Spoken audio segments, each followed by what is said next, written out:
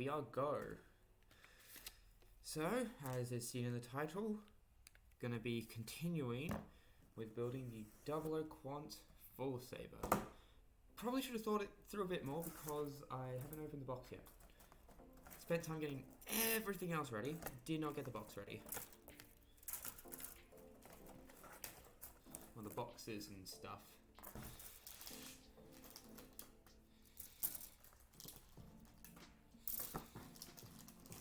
And this goes here. Move this away.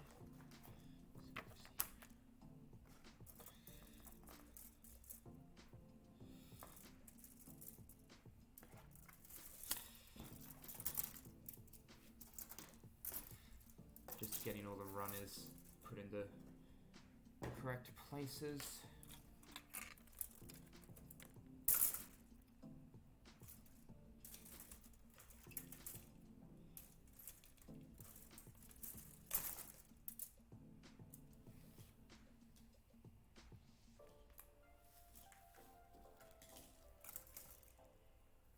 Usually have more space, but because of the stream setup, I don't have as much space as I used to have.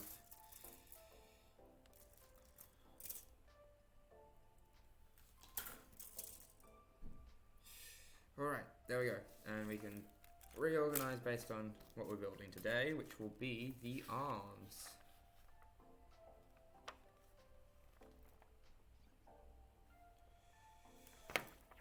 Oh, sorry, no, the body unit. Okay, to do that, we need to get out a couple of things. The sticker sheet and the body unit.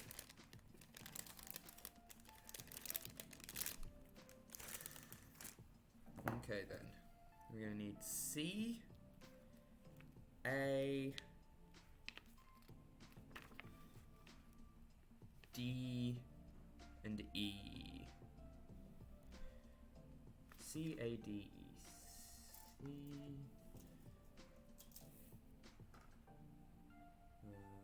Yep. C. A is this one, I believe. Yep. A. D. E. Okay then. Move these other ones out of the way for now. And get to work with the ones that we need to have, which are these ones. Alright, there we go. Starting off, it's mostly A and C parts. So I have those on the top of the little pile I've set up. Let's see. To start off, grab C2 and C3, which are these two red parts, and they make up the two sides of the waist.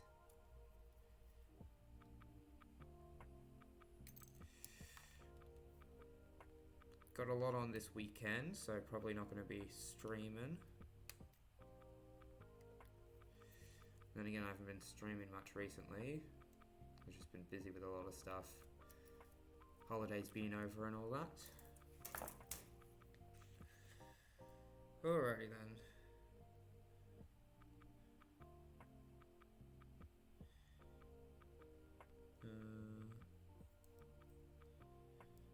There's you. Ah yes. It's just a good old peg and hole mechanic, although it's a rectangle shaped bit. And C2 has some extra parts which wrap around the back in order to click into C1 and make it that just looks nice and solid. So once C2 has been properly plugged in, hopefully that'll look good. First step is, of course, getting C2 plugged in nice and properly. There we go. Got that nice click there. Bit of a nub on where the head will pop onto, so make sure that's cleaned off. Now, with these two parts done, we grab Oh, what we grabbed earlier was C3, not C2, not C1. What we're grabbing now is C1, which is this red bit right at the bottom, or I guess the top right corner. Top left, because I'm holding it, and it's at the bottom right, so I'm holding it upside down. That connects in with these two protrusions facing upwards, and it has a little grippy bit, or little bar which gets gripped onto by the waist, thus closing that in. Earlier there was a little section in the middle where there was nothing. Now we grab A17 with A17 being a blue part directly in the middle of A.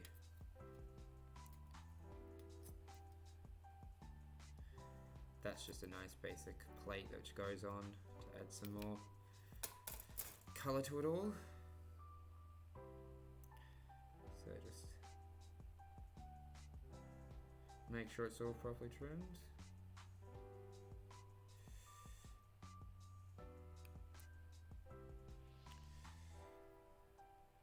Yeah, you can say that, but I filed my documents and now have pirate protection thanks to a little thing called NordVPN, the sponsor of today's live stream.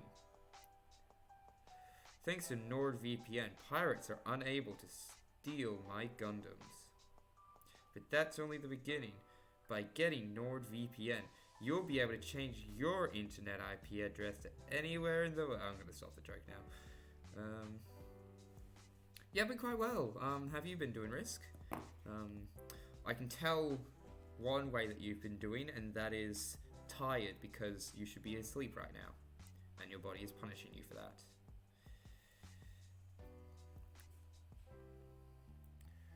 Not sure if I need to... Yeah, I think there's a little bit I need to trim, but it's a bit difficult to tell.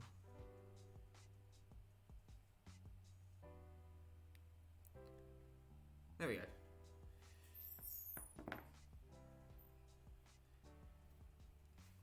Finally getting to that backlog, huh? And so A17 simply slides down over just beneath that like core part and slides into the red, adding this blue bit to it. Got to turn up my brightness so I can see how you guys see it. Keep my brightness like insanely low. Never finished it because I broke the V-fin several times. Oof, I'm guessing that the V-fin is a really thin part. That would suck. Alrighty then, next up we have the beam magnums, which go on the shoulders of the 00 Quant Full Saber in the form of A39, which applies over the two shoulders.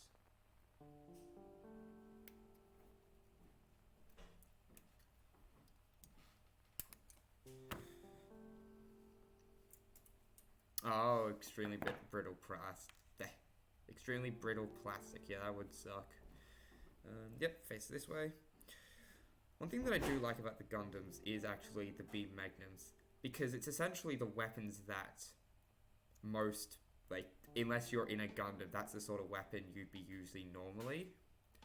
Like, if you're just, like, on the ground, you have a laser rifle, it would be the strength of a beam magnum. So you wouldn't think they would want to put one on a Gundam, but the lower power usage is perfect for destroying weaker parts, thinner parts like the barrels of guns, which are quite thin in order to have that space for shots to move through, or for taking out missiles, which don't require much to take out. It's like it's all those smart little ways of putting it together. Just nipping a bud. Gonna have to take this bit off in order to nip that.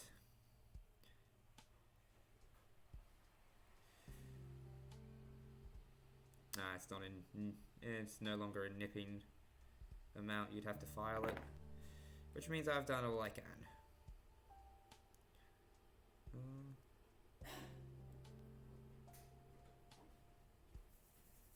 Bring that forwards. You can actually put this one a bit too far back by mistake.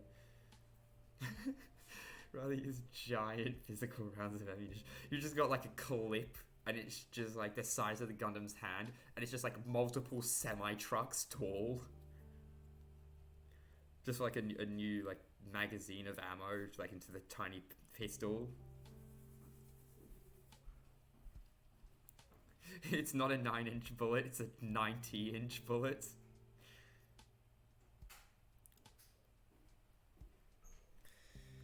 Alright, from here we grab A35 and A36, which are these two blue shoulder pads that go around the neck of the quant and over the shoulders and whatnot. I guess you would call it the collar, like, you know, the collarbone. That's what I would call it. So, get the collarbone of the 00 quant from the runner. But you can just laminate the armor? What? How does that work?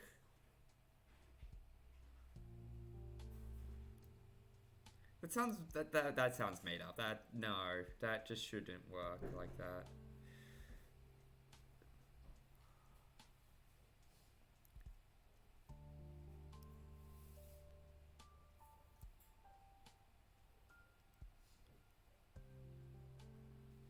Iron-blooded orphan suit have laminated armor. They're immune to beam weaponry. That does not sound right. That just like. Oh yeah, well, I laminated my armor, and so it's actually immune to laser beams now. So yeah, that's how that sounds like. That's what it sounds like to me, Chief. We all know that one, kid.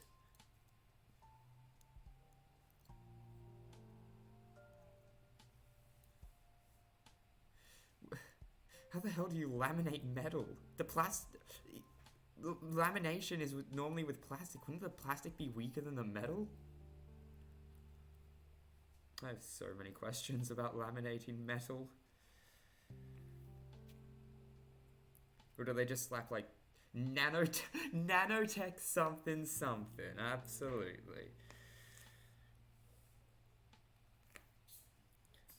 With that being the case, we should just wait for like the Witch of Mercury, one of the Gundams just to have a bunch of sprinklers like on the shoulder pads, and then just like, because you know how there's that technology where the sprinklers come down and that dissipates the lasers. It just has a really strong sprinklers on it, and that means that lasers can't hit it, and so it's actually immune to lasers, and so you can't beat it. Is that why so many of like the Iron-blooded orphan Gundams have like melee weapons? Because they're immune to beam weaponry, and as such, it's like beam weaponry has been made useless yet again. Oh, so like it was beam weaponry outclasses normal weaponry, so there's no point in using normal weaponry. We should focus on beams. Beams are now outclassed, so we need to find a way to beat them, and the best way to do that is to get even stronger melee weaponry, and that's why like the Lupus has. Yeah. And it's a good thing my custom Gunpla has some melee weaponry on it as well, and some melee abilities and stuff, because it is mostly beam weaponry, I'm not gonna lie, it would be destroyed otherwise. Luckily it does have some specialty in both hand-to-hand combat and just like some decent melee like swords and stuff, so it does have some ability to fight, but not much. I wonder if GN particles would be dissipated, not only by like the sprinkler system seen in Witch of Mercury, but also by the Iron-blooded orphans laminated armor. I've not seen Iron-blooded orphans, but I'm not too stressed about spoilers unless like it would ruin the whole show when watching through it. Like, if it's something happens to a character, then don't name the character, that sort of thing. So just like, this character got killed by it failing, or this character killed this character or beat this character in a fight or whatever by doing this to get around it. Yeah, it's just like no names or no names, and then there's no problem. No names, no problem, essentially.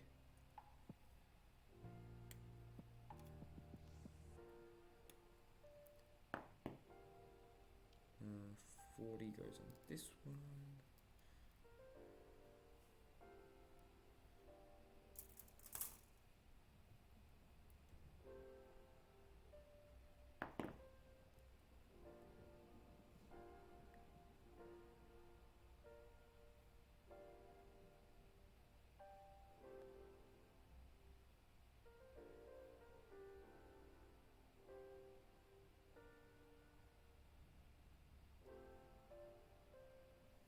Alrighty then, putting A41 into C15 and A40 into C14 allows us to connect that together, because it has some parts which connect into one of the weapons used to destroy suits at little giant meteors that are shot from outside the atmosphere once it... Oh my god, so it uses just like sheer force of like impact to destroy stuff. That would be... Okay, that is... I am fine with that spoiler, because that is awesome. That's just like such an over-the-top way of dealing with the problem. Just drop a thing from orbit on top of it.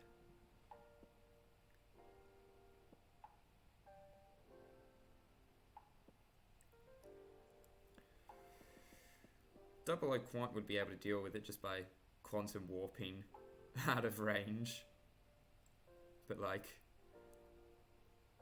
Yeah, all the Gundams in Iron-Blooded Orphan, would any of them actually be fast enough to like see, oh, there's one coming for me, I should get out of here, and actually get out of radius? That'd be the question. Or is it like shot really fast so they can't even react to it, and it just like spearheads through them? Now we need 18 and 19.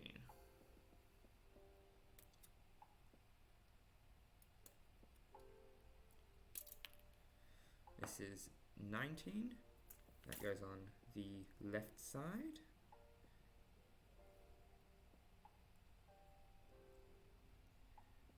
It plugs into some parts and has others plug into them in order to create the shoulder pad, as seen here.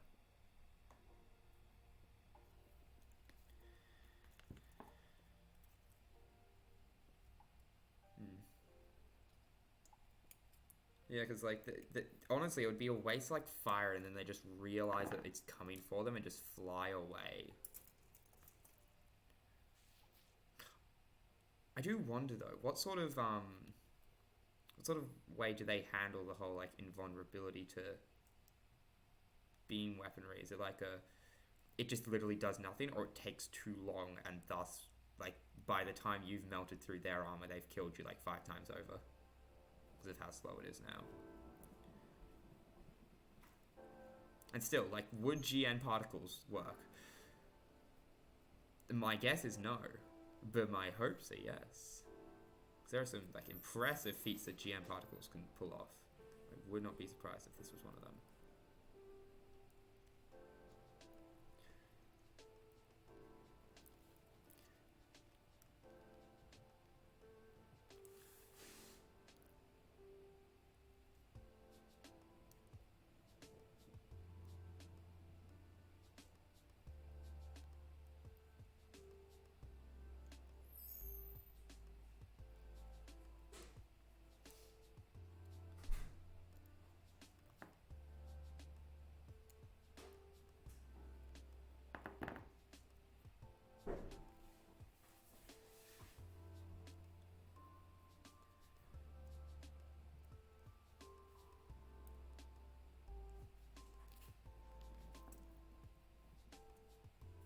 GM particles are high concentrations of light, they probably just bounce off IBOCs.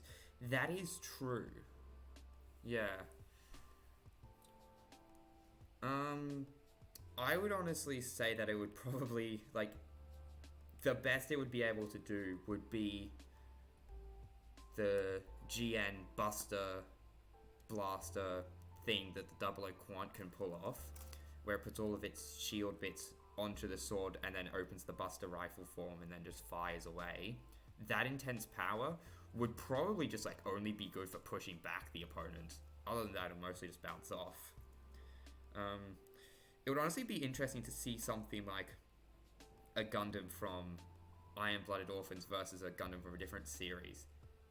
Just because the technology and the different series for each show and whatnot are so different, it would be interesting to see how they would react to the other.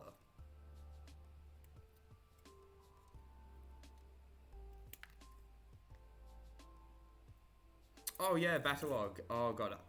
Yeah, no, the Build Divers series is really good. You know, it's bad like for Gundam, but it's good for Gunpla. It's just a nice little series. Battlelog was really fun. And honestly, when the metaverse is finished, I hope they do something like Battlelog, where you're given a random Gundam and you have to fight inside it. Like a random stock build.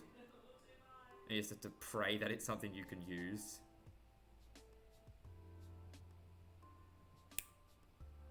Imagine getting stuck with like you're used to using some like really advanced ones, and then you just get stuck with the just like a SD worm pod. You have no idea what you're doing.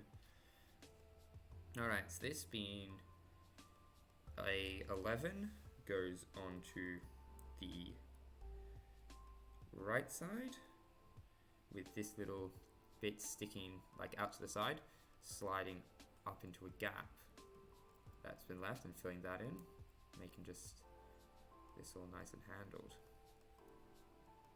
God, if that happens to me now, like we're all playing and then like we're all playing the metaverse and the Battlelog event comes up and I get stuck with like some gunpla I have no idea how to pilot, that would suck. I guess you would just have to like play around a bit with each type of gunplay in order to get the general feel, so that if that case happens. But then again, that's kind of like half the point behind Battlelog. It's really to throw everyone out of their elements and see how people react, which would be just like a really fun way to play.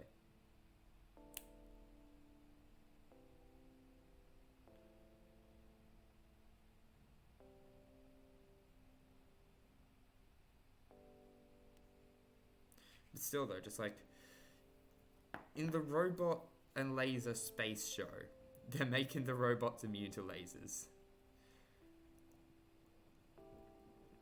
They'd have to like, honestly it does force them to create really interesting designs and like melee weapons. That would honestly I see it as a smart play, because it means they have to come up with all sorts of cool ideas. They have to adapt or die. Improvise, adapt, overcome. Alright. Let's think I get it. Oh yeah, there we go. I think I got it wrong over here. Yep. Yeah, it's not the best, but I got them plugged in. Woohoo. There we go. Okay. Next up, we need to get A1 and A8. Okay, so A1 is right at the top, and it is this waist bit.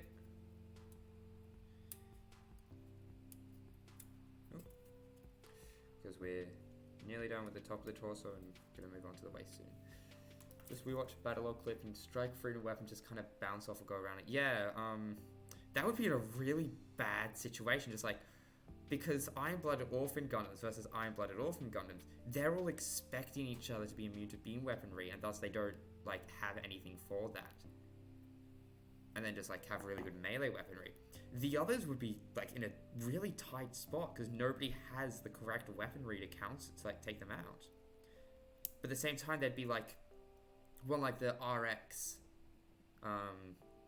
78, like the first one that Ray used in the original series, which has that Morning Star, which would be like able to do that melee damage in order to win.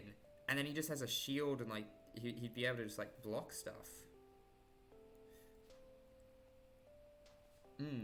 What's it called? The Double O Sky and Sky Mobius has something similar to the God Hand and God Finger in like their gauntlet bit, like the like the wrist guard that it has on can actually open up into 4 claw bits and do the burning finger attack and stuff. So would that work? So I don't know enough about like the Iron-Blooded Orphans. Does is just like beam guns don't work, or if you were to have like a concentrated plasma beam, would that work? Is it just shots, or like I'm presuming every beam weaponry doesn't work, but I don't know enough, so I'm just asking you. And then A8 goes onto the top of the chest and closes over that little core section. Which is actually one question I have about this Gundam. Why is the core just like out on display? There's like one good shot to the chest, and even if you don't manage to kill the pilot, you've sure just destroyed the core. Sheer force sort of, yeah, it would more just be like being whacked with a metal stick rather than being cut through with a laser. So I guess like the GN sword bits would still work, but not as like melting and cutting through blades, but more just wacky sticks to help pin down their movement.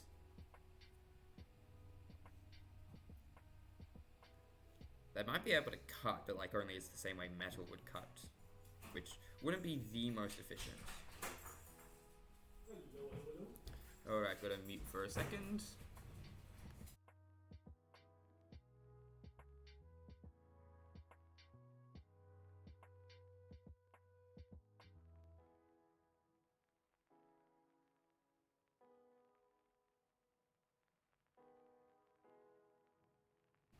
Alrighty, here's the fun bit. So, the back of the waist needs A2, which was next to A1 and is for the back of the waist, and C41, which is this dark grey part, which connects onto the inside of it. So, like, as you can see, A2 has some holes in it, and then this one has some parts which like plug into those holes. So make sure no snipping needs to be done on either. Nope, still clear from what I can tell. Then we just plug it in there, nice and good.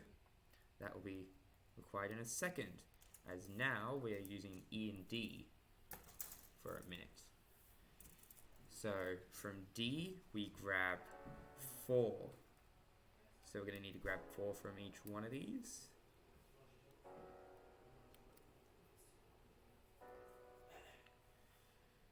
And then from E, we grab E2.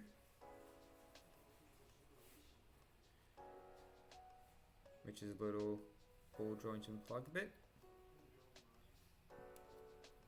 And E5. The ball joint of E2 goes into E5. E5 gets slotted into D4, and then the slot bit of E2 slides into the sides of the waist in order to make the sides of the skirt. This means that these parts can actually be like swapped around and done either or if you need to do that. As right now, this one will slide onto the right side, but simply flipping over E2, now it slots into the left side. So, oh wait, no, it goes the other way around. So this is for the left side. So it slides on and then goes into, it's got these, the bit it slides onto has these 2 little circle bits that stick down, which the waist slides into in order to have slight articulation. Yeah, there we go.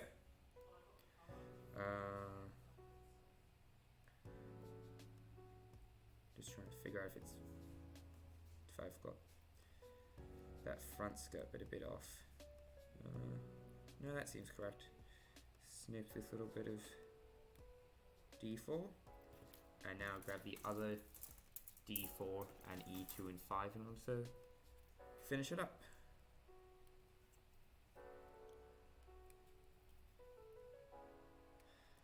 So we'll just be doing this and then the arms tonight. I'll see if I can get the arms done. And then once I've done that, can get that nice and handled.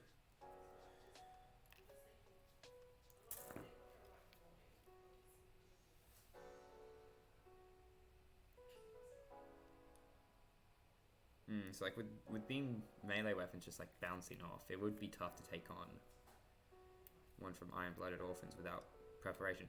That means that like in the meta, Iron-Blooded Orphan Gundams are going to be like really good at the start. Then everyone comes up with countermeasures, so everyone drops them, and then they become a little bit of a niche that comes back every now and then in just that meta rotation. That's my prediction for just the meta of Gunpla battles. It's just gonna like keep phasing in and out as people have those protections, and then like everyone has a protection in case someone comes in with a Iron-Blooded Orphan kit.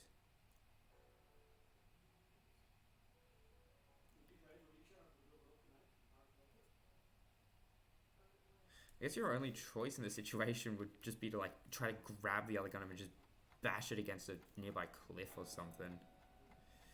Alright, plug this bit in the back, and with that, fold these up. The skirt has been completed. With that, the entire body is finished, of course, without the stickers applied. So now, yeah, since I would be like so used to that melee combat, outmaneuvering them would be tough. I say most of the Gundams from the 00 series would be able to do it thanks to the Trans AM system, being able to make them move way faster and also be way stronger than the Gundams in Iron-Blooded Orphan. You would be able to use that speed to grapple, and then the power to break them with just like brute force. That would probably be your best chance. Just pray that you're in a 00 suit for the battle log. Having bits like the aerial would be very helpful, as you could use them to distract or just like push around a little bit in order to get something going against them. Okay, so for the arms we're going to need D and F, just like D and F entirely. That is really good. Yeah, that's not too bad. So starting with the right arm, this is the left arm, this is the right arm. Starting with the right arm, we grab F6, which is this little circle, white circle bit there. And by applying that, we cover up a little space. Yeah, IBO sort of has that, but more of a super huge... Yeah, because their pilots, they're like souped up and stuff. I know that some of the 00s can like use a enhanced version of Trans AM if you have like 2 motors and stuff. So like the 00 Sky has been shown using like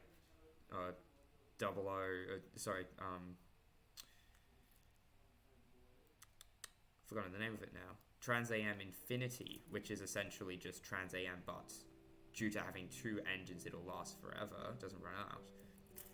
That raises the question: would you be able to like use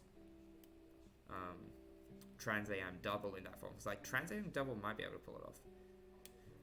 Because the thing is, from what I'm aware of the 00 line, they don't have like the human pilot themselves get a boost. It's just the Gundam, and you've just got to be good at handling it in order to properly use that speed, or you'll like fly out of control. So if one team is going really fast and the other team has super good reaction speed, but not the speed to keep up. Who would win in that situation? Like, one team has reaction time, the other doesn't. One has super speed, the other doesn't. That sounds like it would be pretty, like, evenly matched debate as to, like, who would win that situation. Oh, we need C as well. So D2 and C27, which is a white part.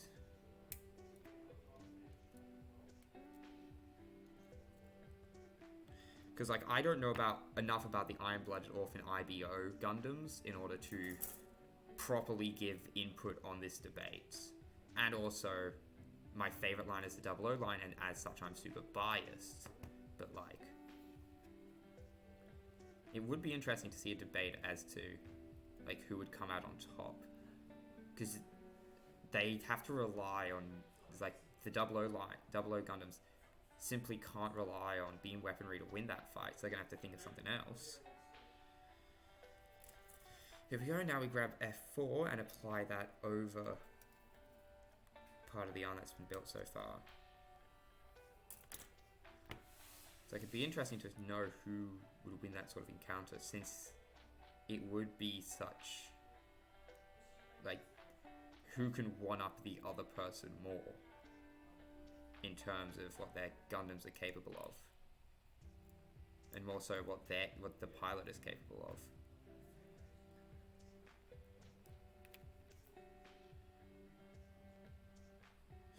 Because, like, I'm not just saying the 00 line, I'm saying, like, all the ones from the 00 series. And, like, the 00 Quant Full Saber, I honestly, as biased as I would love to be, I'm currently building it, I don't think it would have that, like, victory, simply because it doesn't have, like, the that double boost system in it.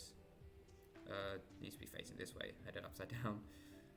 Like, the ones with the double, or, like, the further boost to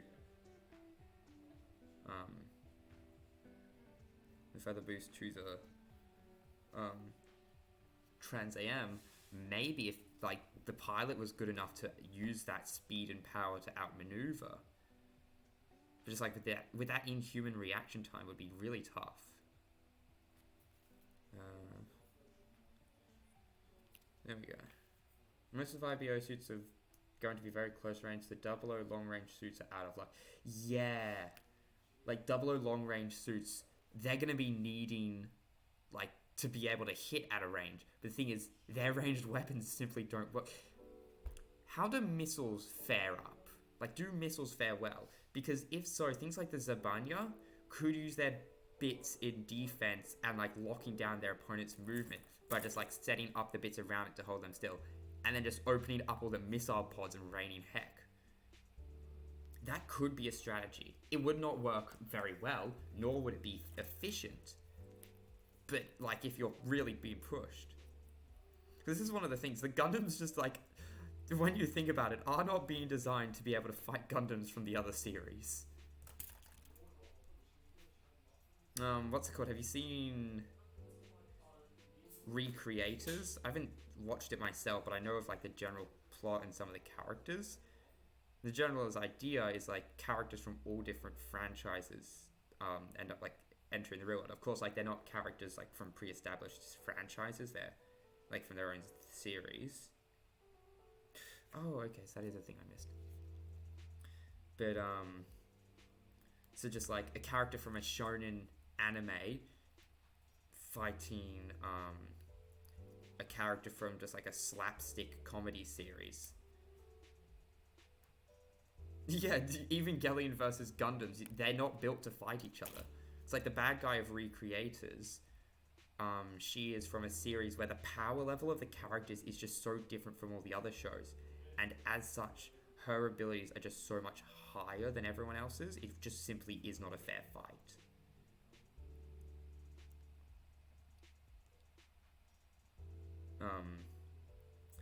And this results in the, like, one of the characters is, like, a magical girl from a more slapstick series.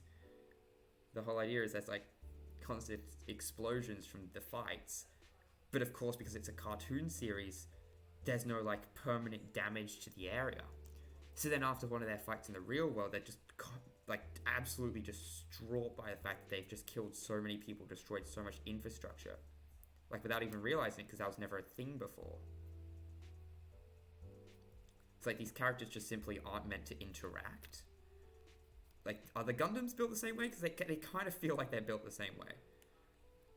Like, Universal Sentry, I can let off, like, Unicorn not being meant to go up against OG series, because that's, like, a sequel. The technology has evolved, and as such, of course, the newer models aren't meant to go up against the older models. The older models just, like, aren't able to stand a chance. They weren't built to.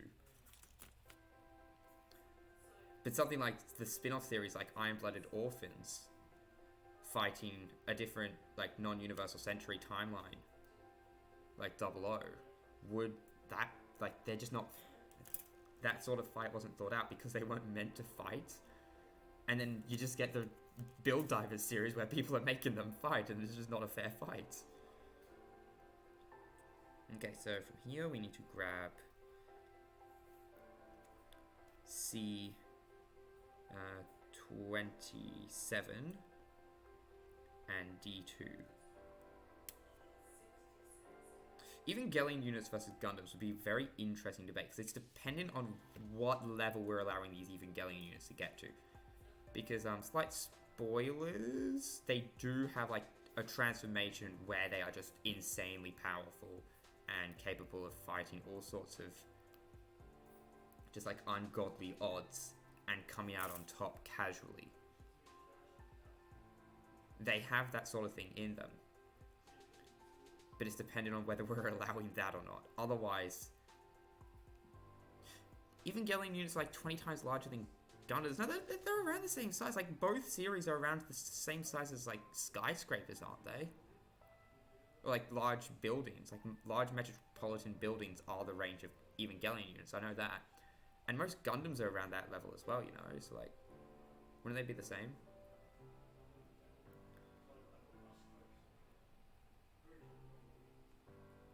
Because I'm pretty sure they're the same size. Have I missed something?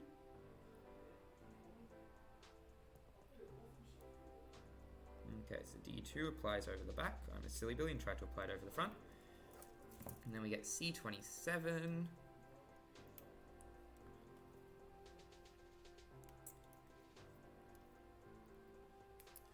Okay, so we'll be done with the arms soon. So we'll do the shoulder pads, and then we're actually going to look into that, because, like, heavy units are 80 meters? Yeah, so they're like a tall building. Aren't Gundams, like, tall building size as well? Oh my god, seriously? Only 18 meters? Oh, I'm an idiot. No. For some reason I thought they were the same size, because I'm so, like, the same size as tall buildings and stuff, because I'm used to them, like, fighting, like, up in the sky where you can't see it. No, thinking back, to scale, like, to the few things I've seen them next to buildings, they're, like, shorter than most buildings. Yeah, no. Okay, so let's talk, like, mechs where they're around the same size, like a mecha anime where they're around the same size. So that's, of course, going to be Gundam versus Attack on Titan, which is obviously a mecha anime. But no, Gundam versus Evangelion just got a lot more interesting if, like, that's the size. I did not realize there was, like, that big a difference in height. Are the AV units really that much bigger? That's insane.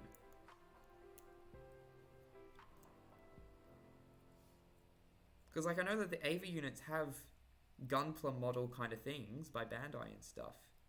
What scale are those? 1/1000th? If they're about the same height, actual Gundam could fight the AV units. Probably be the only Gundam that could fight the AV units would be the Unicorn. From what I know of the AV units, like, we know that likely upon death, I don't know, like, too much about the AV units because I haven't seen Rebuild yet. They might do the same explodey things that Angel do upon death. We know that in, like, their frenzied state, they don't get more powerful or anything. They just get more animalistic. That's the arms done, so now we'll move on to the shoulders.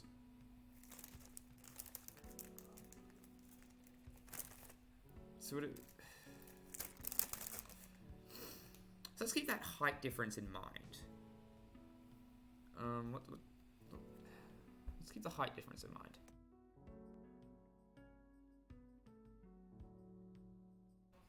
It's like, it would essentially be a kite, like a, you know, Shadow of the Colossus? It would be Shadow of Colossus. Yeah, in the original anime, they become animalistic. So like, let's be considering, like, they can use the frenzied state from the original 24 episode run. They have no way to fly. So, like, all flying, long-ranged Gundams have a massive advantage there. As their only ranged weapon is just a basic beam rifle, which, like, most Gundams would probably... I don't think they even have... No, they don't have beam rifles. They only have machine guns. And, like, most Gundams would probably be immune to that. So you could just, like, beat them at a range. Like, they're tough, but they wouldn't be able to take just constant lasers while not being able to fight back. Spear of Longinus. They would probably not waste that on a Gundam, let's be honest. Would they use that? Like, considering they're using that, would it work? Because the reason they used it is because the Gundam, the Angel they were firing it at, couldn't move.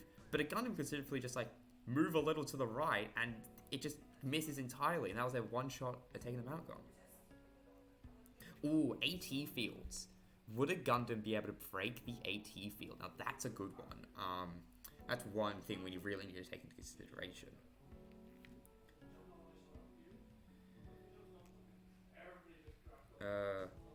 F, E, and D are needed for these parts.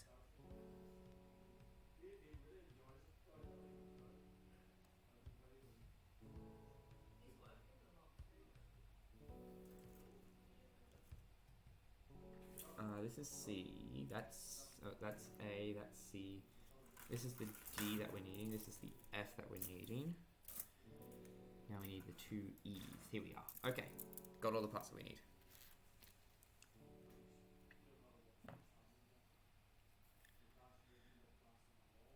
Because, like, as much as I would, yeah. The only way to break an AT field was another. Yeah, that is kind of the case. But the same thing is, like, we don't know.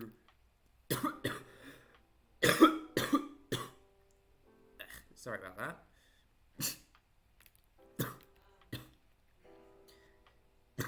Bit of a coughing fit. Alright, I've recovered, I think. I'm not fully sure. Ugh. That wasn't nice. Because we don't know how they deal with, like, lasers and stuff. Yeah, only living things carry AT fields. Yeah, that's right, because, like, in canon, everything is an AT field and stuff. A good question is, because, like, we've never... What have we seen in... We'd have to, like, look into what an AT field has actually been destroyed by. Because that one Angel's AT field was destroyed by the Spear of Longinus, and the Spear of Longinus itself doesn't have an AT field, it's a spear. So I don't think it was activating it, like, has an AT field and was activating that in order to break the AT field of the Angel. So that means that, like, some things can pierce through. And in which case, like, what are the rules? We have to take in consideration, like, all the rules. You know how we were just talking about earlier, how, like, it would be really dumb to, like, throw two Gundams against each other, like, from different series, because just, like, they weren't built to fight each other. And now we're doing that exact same thing, but instead of just Gundams, we're also including Evangelion. Spirit of Longinus is canonically a god-slain, but yeah, okay, fair enough. We don't exactly have many god-slain weapons in Gundam. Seeing as there aren't any gods in Gundam, like, there's religion and stuff, but there aren't any, like, actual gods and angels and stuff. I'm not gonna lie, the whole like biblical stuff in Evangelion is one of my favorite things ever. Specifically because it has been confirmed that absolutely everything in Evangelion has a meaning to it. It's like a deeper meaning to like all the thematic stuff. Except for the biblical stuff, which is just straightforward, like it's meant to be taken literally. It is not meant to be looked deeper into. That is the one thing that has been confirmed. You're not meant to look deeper into that. There literally is nothing there. Everything else, yes, the biblical stuff is the only stuff without symbolism. It's meant to be taken at face value. You think of like all the things to be given like a deeper meaning and thematic purpose. Like the humans being like what the humans are and whatnot. Yep, no, that's a thing. That has deeper meaning in that like all humans are this and that. And no, if it references Catholicism, it's suddenly no deeper meaning. You just take it at face value.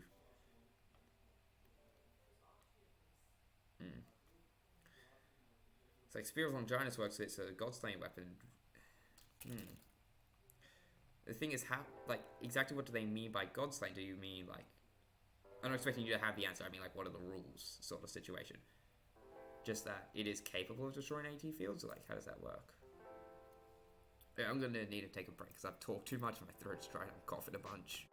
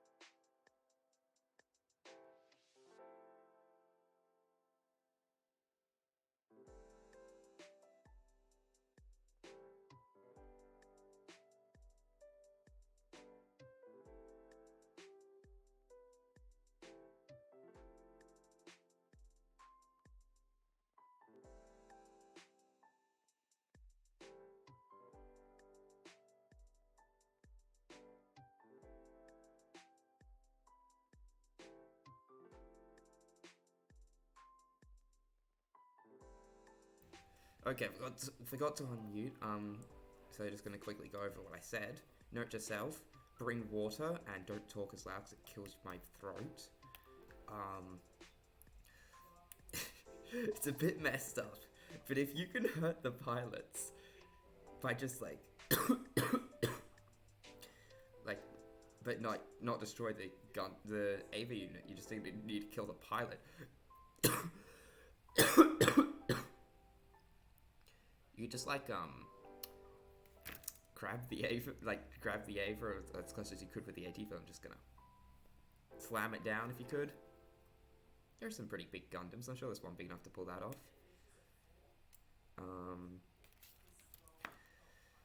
From there, like you would have to go up against the animalistic form and can't beat that. So there's a dead end for can Gundams beat an Evangelion. I'm honestly not expecting them to be able to, because Evangelion is just like a complete, like, once again, completely different franchise, completely different rule set and all that. That's kind of the whole idea of these what if, like, combats. If they were thrown in a room together and had to fight, who would come out victorious is always an interesting topic. I don't think Gundams, like, would win. I just don't think that's on the table for them. Which is like everything that an Evangelion unit is able to do.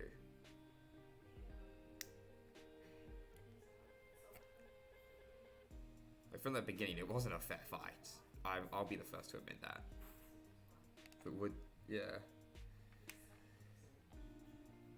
Is a W in the books. If they hit an AV unit in the eyes with this, yeah. Oh yes, no, I've seen the end of Evangelion movie and all that. Sorry, I said I haven't seen the rebuild, but I've seen 2 of the movies. I haven't seen the rebuild, which is 3 of the movies. I've seen the first 2 out of the anime movies. Alright, so I've got the 2 shoulders. Now there's 2 parts needed to finish this off.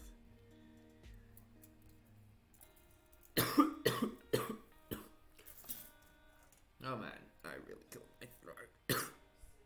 I'm just dying today. I'm so sorry, Risk.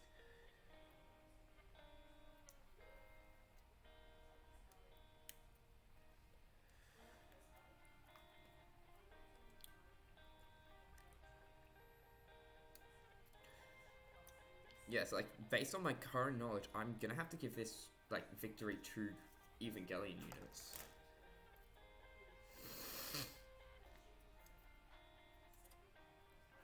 So getting a 29, which is a blue part, and then a 30 and 31 to go around C30, this white bit we grabbed before. And that becomes 2 parts that go over the shoulder pads in order to finish those.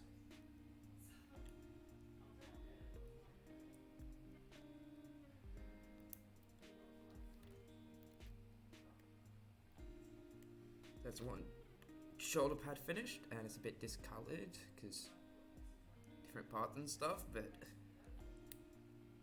whatever.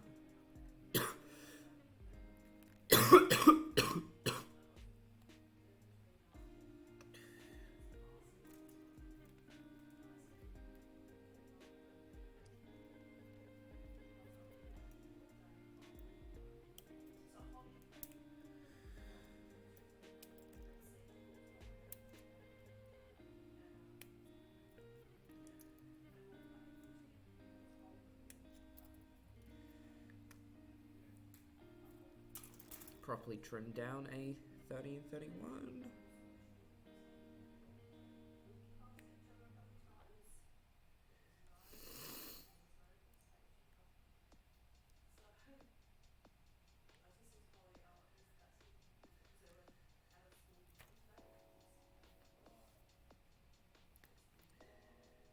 Okay then, gotta put that around.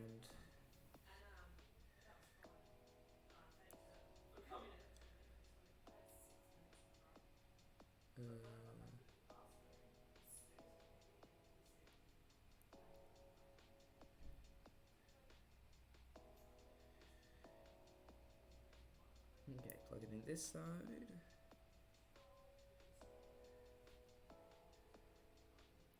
I actually really like this specific, like the right shoulder pad, because of the fact that it's different from the left shoulder pad. It's got a bit more to it. Because like so many of these like robots and Gundams and all that, they're always symmetrical. Sometimes the Gundams are isometric, and that like they're not symmetrical in their design. It ends up being like completely throwing it off the design and ruining it. This is just a subtle change that makes all the difference. And with that, we finish the 2 shoulder pads. So that'll be finishing up our chat for today, Risk, in the stream. So today we finished the armor for the body, arms, and shoulders. So now we'll do the backpack unit, the shield and GN sword 5, make all the arms and other parts, then apply all the stickers, slap it all together, and be done with the hell that is this back sheet. That is gonna like actually be so painful. So that'll be it for today, and I'll see you again in the future. I hope at some point. Actually, no, I don't hope. You need to get sleep properly. Now I'm done. Yeah, no. Yeah, no. Have a wonderful night and day when it becomes day. I'll see you around, Risk.